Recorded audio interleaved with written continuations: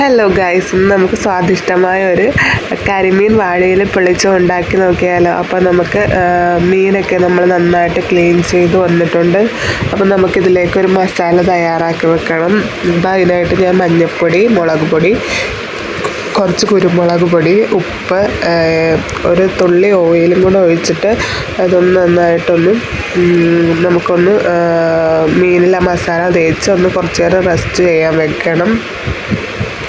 അതൊരു 10-15 മിനിറ്റെങ്കിലും വെച്ച് കഴിഞ്ഞാൽ, മിനിമം അത്രയെങ്കിലും വെച്ച് കഴിഞ്ഞാൽ അത്രയും നല്ലതാണ്. നമ്മുടെ മീനിലൊക്കെ നല്ലവണ്ണം മസാലയൊക്കെ നല്ലപോലെ പിടിക്കും.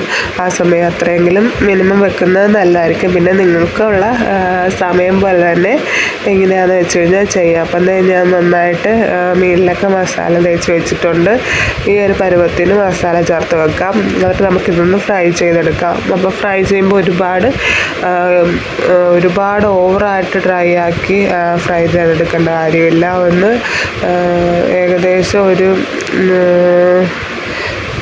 ഒരു മീഡിയം പരുവത്തിൽ നമുക്ക് ഒന്ന് വറുത്തെടുത്താൽ മതിയാവും. അപ്പോൾ ഓരോ മീനായിട്ട് നമുക്ക് പൊടിഞ്ഞു പോകാതെ വറുത്ത് വെക്കാം. എണ്ണ ഒഴിച്ചിട്ട് അതിലോട്ട് ഒരു തണ്ട് വേപ്പില കൂടെ വെച്ചിട്ട് വറുക്കാമെങ്കിൽ മീൻ ചീനച്ചട്ടിയിൽ ഒട്ടിപ്പിടിക്കാതെ കിട്ടും. മീനെല്ലാം വറുത്ത് മാറ്റിയ ശേഷം ആ എണ്ണയിൽ തന്നെ നമുക്ക് കുറച്ച് ഇഞ്ചി വെളുത്തുള്ളി ചതച്ചതും, സവാളയും, ഒരു പച്ചമുളകും, കുറച്ച് തക്കാളിയും കൂടെ നമുക്കിട്ട് വഴറ്റി അത് നന്നായിട്ട് വഴണ്ടി വരുമ്പോഴത്തേക്ക് അതിലേക്ക് കുറച്ച് മുളക് പൊടി, മഞ്ഞൾപ്പൊടി, കുരുമുളക് പൊടി, കുറച്ച് കാശ്മീരി മുളക് പൊടി ഇടുവാണെങ്കിൽ ഇച്ചിരി നല്ല കളർ കിട്ടും. നമുക്ക് വേണമെങ്കിൽ കുറച്ച് മസാലപ്പൊടി കൂടെ ആഡ് ചെയ്ത് കൊടുക്കാം. മസാലപ്പൊടി ഇഷ്ടമില്ലാത്തവർക്ക് ആഡ് ചെയ്യണമെന്നില്ല. ടേസ്റ്റ് അതിൻ്റെ ഇഷ്ടമുള്ളവർക്ക് കുറച്ച് മസാലപ്പൊടി കൂടെ ആഡ് ചെയ്ത് കൊടുക്കാം. എന്നിട്ട് മിക്സ് എല്ലാം കൂടെ നന്നായിട്ട് വഴണ്ട് ഇങ്ങനെ ഒരു പരുവായിട്ട് വരും. അപ്പം നമുക്കൊരു വാഴ തൂശിനില, ചെറിയ തൂശിനില നമുക്കെടുത്ത് അതൊന്ന് ചെറുതായിട്ടൊന്ന് തീ കാണിച്ച് വാട്ടിയെടുത്തതിന് ശേഷം അതിൻ്റെ താഴെ കുറച്ച് മസാല, അതിൻ്റെ മുകളിലായിട്ട് നമ്മൾ വറുത്ത് വെച്ചിരിക്കുന്ന മീൻ, അതിൻ്റെ മുകളിൽ കുറച്ചുകൂടെ മസാലയും കൂടി ഇട്ട് നന്നായിട്ട് അത് കവർ ചെയ്ത് നമുക്കൊരു ചീനച്ചട്ടി ചൂടാക്കി അത് അടച്ച് വെച്ച് അങ്ങോട്ടും ഇങ്ങോട്ടും ഒന്ന് മറിച്ചിട്ട് നന്നായിട്ടൊന്ന് വേവിച്ചെടുക്കാം. അപ്പോഴത്തേക്ക് നമ്മുടെ സ്വാദിഷ്ടമായിട്ടുള്ള നമ്മുടെ കരിമീൻ വാഴയിലയിൽ പൊള്ളിച്ചത് റെഡി ആയിട്ടുണ്ട്. നല്ല ടേസ്റ്റുള്ള റെസിപ്പിയാണ് കേട്ടോ.